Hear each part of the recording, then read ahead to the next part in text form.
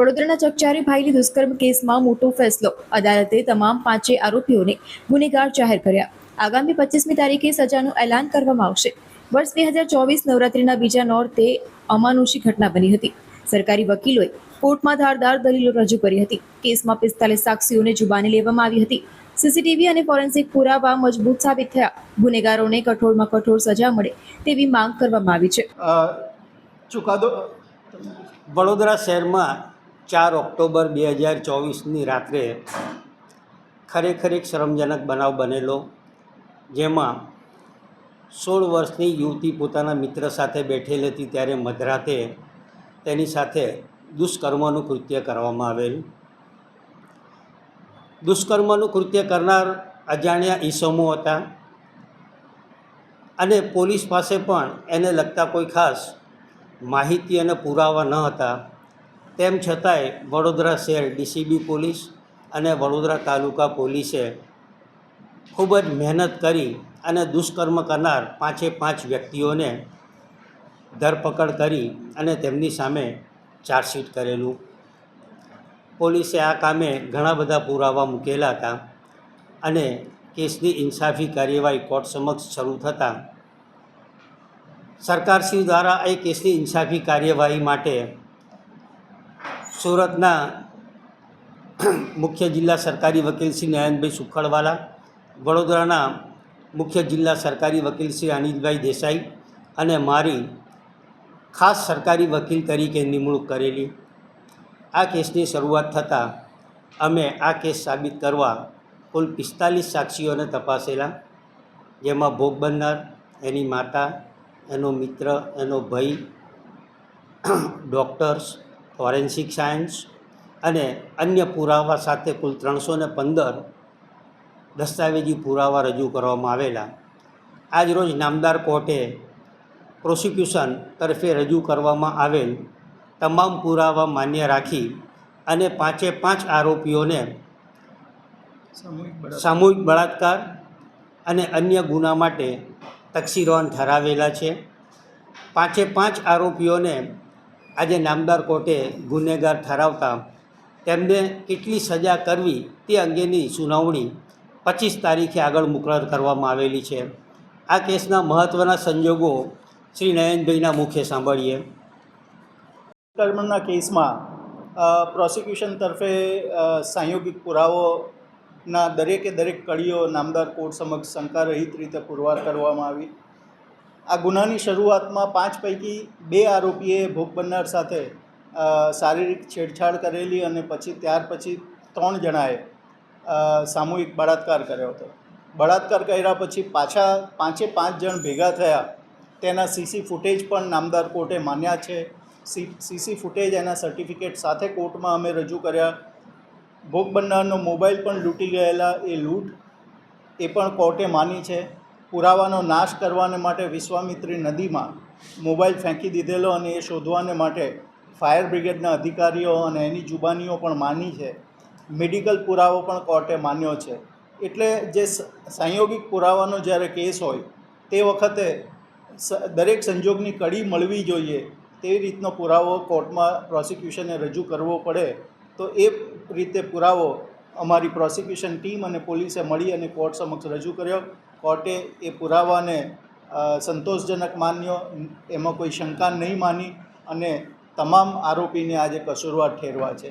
કસૂરવાર ઠેરવા પછી આરોપીને કેટલી સજા કરવી એ બાબતે અલગથી દલીલ કરવી પડે કાયદા પ્રમાણે, અને એ દલીલ 25 તારીખે રાખવામાં આવી છે.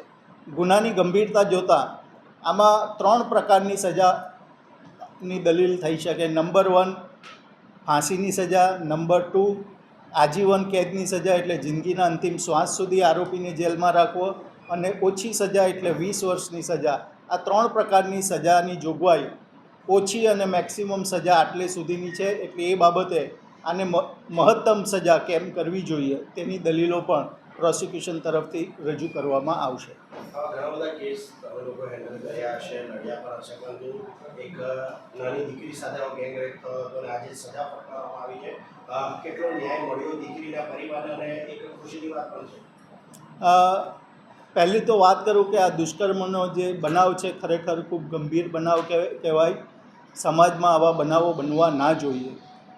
દીકરીને આજે હું એવું કહું છું કે દીકરી અને એના પરિવારને ન્યાય મળ્યો છે એટલું જ નહીં, પ્રજાને પણ બરોડાની પ્રજા અને ગુજરાતની પ્રજાને પણ એક સંતોષ થયો છે કે દીકરીને ન્યાય મળ્યો છે. ઘણી વખત કેસ પુરવાર કરવાની પ્રોસિજરમાં ઘણા લોકો એવું વિચારતા હોય કે ન્યાય લંબાય છે, પણ ન્યાય લંબાતો નથી, ન્યાય ચોક્કસ રીતે થાય છે. એ રીતે આજે કોર્ટે સરસ ન્યાય કર્યો છે. દીકરી અને એના પરિવારને સમાજનો જે ન્યાય પ્રત્યેનો વિશ્વાસ છે એ વિશ્વાસ પણ વધાર્યો છે. અમારી ટીમ આ ચુકાદાને આવકારી છે. તમે શું કહેશો? વડોદરાની અંદર જ્યારે નવરાત્રિના તહેવારો શરૂ થયા હતા તે વખતે આપણે સૌ જાણીએ છીએ કે વડોદરાની અંદર કઈ પ્રકારે ગરબાનું મહત્ત્વ છે, નવરાત્રિનું મહત્ત્વ છે. એવા સંજોગોમાં જ્યારે દીકરીઓ ગરબા રમવા જાય છે તે વખતે આ કામના આરોપીઓ પોતાનો ગુનાહિત ઈરાદો બહાર પાડવા માટે એક અવાવરૂ જગ્યા પર આ દીકરીને લઈ જાય છે અને એની સાથે સામૂહિક બળાત્કાર કરે છે. આ કેસની અંદર 5 આરોપીઓ હતા. નામદાર કોર્ટે આજે 5 આરોપીઓને આ નાની દીકરીની સાથે જે રીતે દુષ્કર્મ કર્યું છે એ તમામ ગેરકાયદેસરના કૃત્ય બાબતે આજે આ લોકોને કસૂરવાર ઠેરવ્યા છે, ગુનેગાર જાહેર કર્યા છે અને એ તમામ આરોપીઓને સજા જે કરવાની છે એ સજાને માટે તારીખ 25ના રોજ સજા માટેના દલીલો માટે કેસ મુલતવી રાખવામાં આવ્યો છે. નવરાત્રિના બીજા દિવસે જ આ પ્રકારનું દુષ્કૃત્ય થયું. એ દુષ્કૃત્યની અંદર તપાસ કરતાં પોલીસે ઝીણવટભરી બધી તપાસ કરી છે. આ વડોદરા શહેરની અંદર જે અલગ અલગ જગ્યાએ લગાવવામાં આવેલા સીસીટીવી કેમેરાના ફૂટેજનો પણ ઉપયોગ કરવામાં આવ્યો છે. અમારી સ્પેશિયલ પ્રોસિક્યુટરની ટીમ સુરતના મુખ્ય સરકારી વકીલ નયનભાઈ સુખડવાલા, વડોદરા શહેરના સિનિયર ધારાશાસ્ત્રી શૈલેષભાઈ પટેલ અને હું આ કેસની અંદર સ્પેશિયલ પ્રોસિક્યુટર તરીકે હતા ત્યારે અમે આ આખો ગુનો નિઃશંકપણે પુરવાર કરેલો છે.